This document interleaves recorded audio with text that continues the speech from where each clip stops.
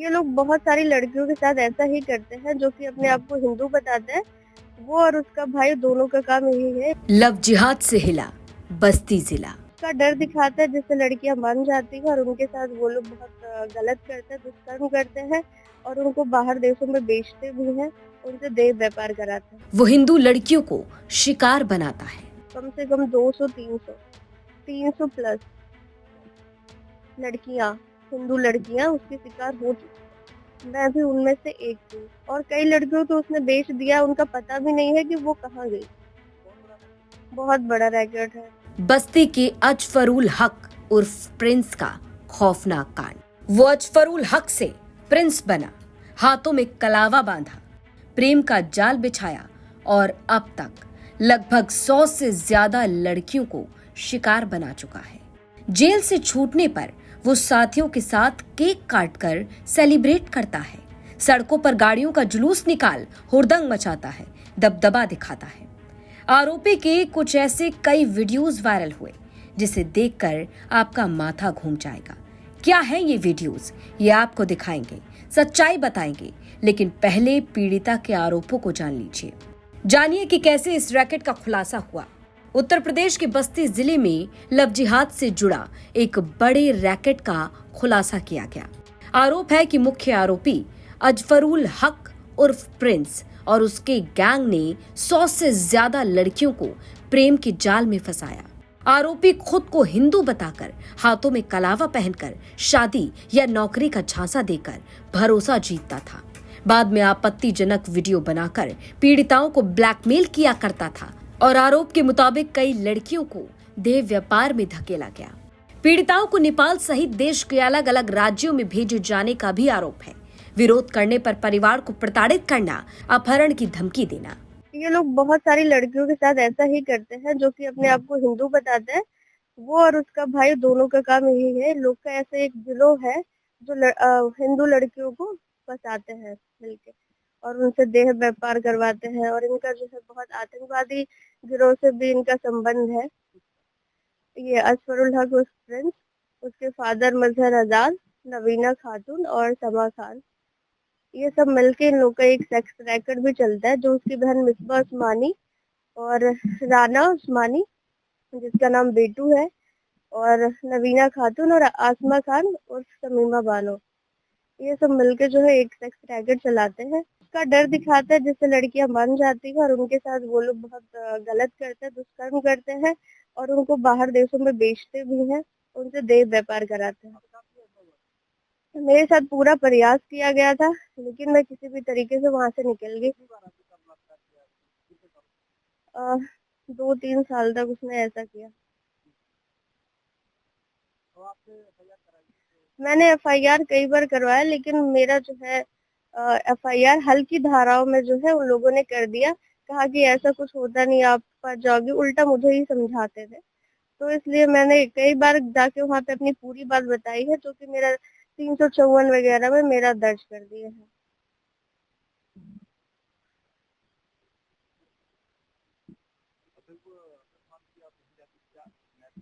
हाँ, वो मेरे भाइयों को धमकाता था, मारने की धमकी देता था। कई बार उसने मेरे भाई को मारा, मेरे पिता को टॉर्चर किया, मेरी पूरी फैमिली को उसने परेशान कर डाला है।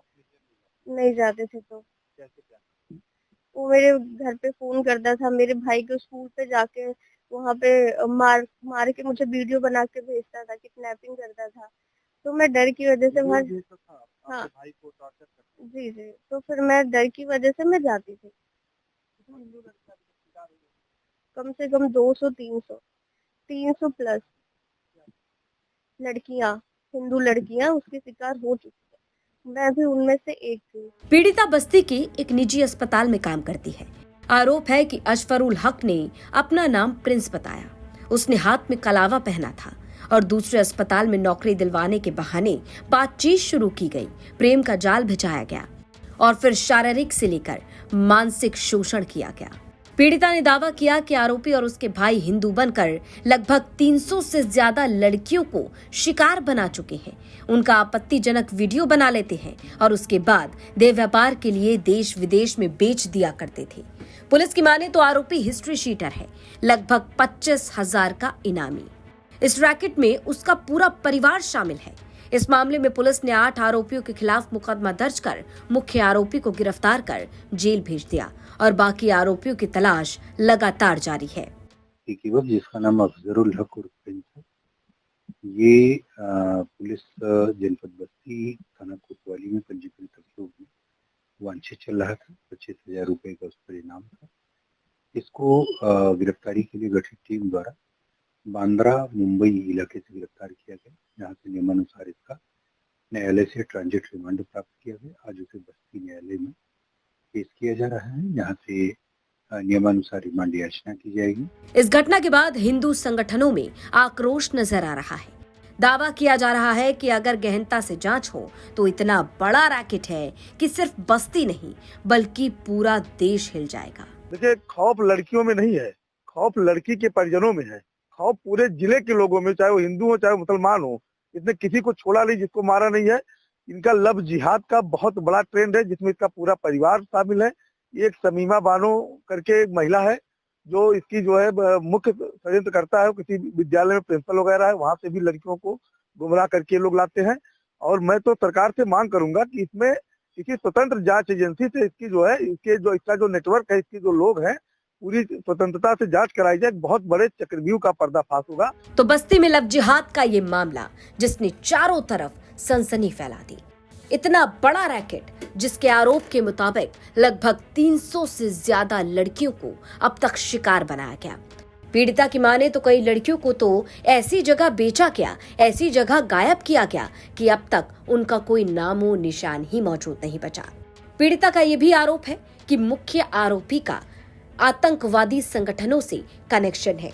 तो एक तरफ पुलिस की जांच पड़ताल लगातार जारी है, वहीं दूसरी तरफ पीड़िता के आरोपों ने बड़े सवाल खड़े कर दिए। अब देखना होगा कि इस मामले में पुलिस क्या खुलासा करती है।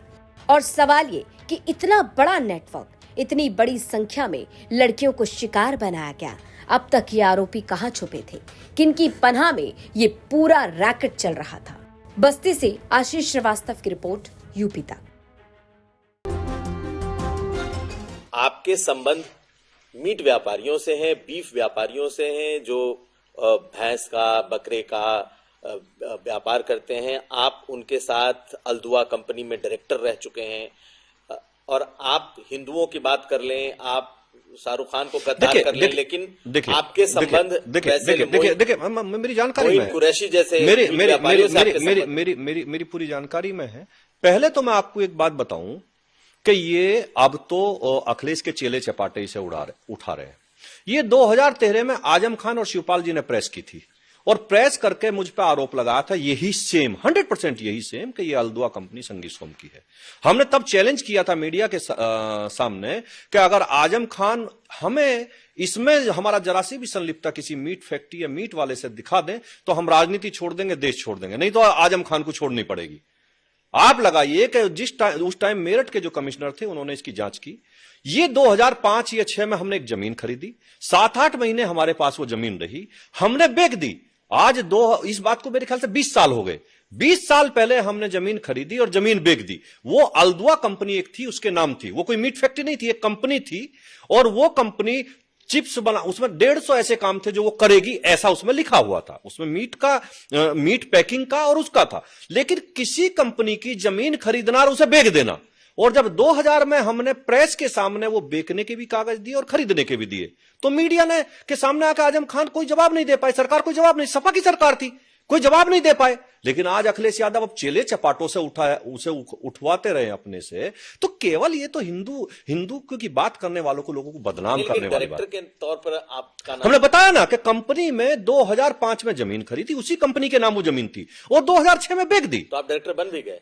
जो कंपनी ली as it is company transfer हुई, हमने बेची एज इट इज ट्रांसफर हो गई। हम आज तो उसमें 20 साल से कुछ नहीं है।